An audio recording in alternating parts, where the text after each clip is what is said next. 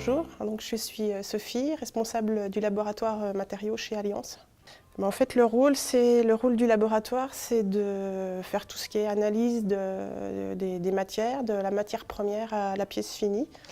Donc voilà, je peux aussi bien intervenir au niveau de l'analyse de la poudre, du feedstock, d'une pièce après injection, donc ce qu'on appelle les pièces vertes, après déliantage et bien sûr après frittage. Oui, ça fait partie de la chaîne qualité. C'est aussi, j'interviens beaucoup aussi sur la partie développement des nouvelles matières, principalement pour les secteurs un peu de pointe qui sont l'aéronautique, le biomédical. On cherche à développer des nouveaux matériaux. Donc là, l'idée, c'est d'observer les pièces à chaque étape du procédé et de regarder un petit peu, toujours essayer de comprendre, faire le lien entre ce qu'on observe et le procédé. Et puis j'interviens aussi, oui, effectivement, avec la qualité, sur des pièces qui ont suivi le cycle classique pour lesquelles il n'y a eu aucun problème, valider les pièces en fin de chaîne.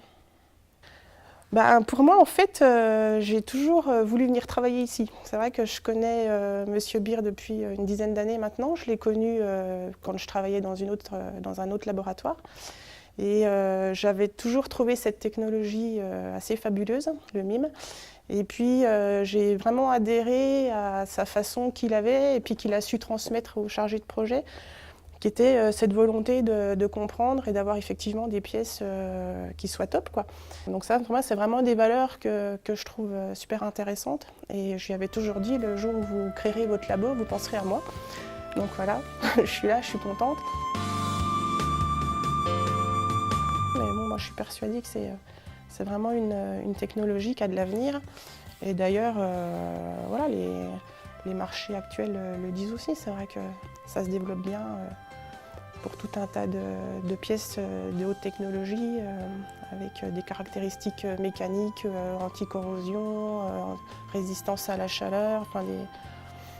Donc, je pense que ça a tout un avenir dans l'économie actuelle où on cherche toujours des pièces qui soient costauds, mais en même temps, voilà, en réduisant les coûts, en limitant le gaspillage, en améliorant tout ça, quoi.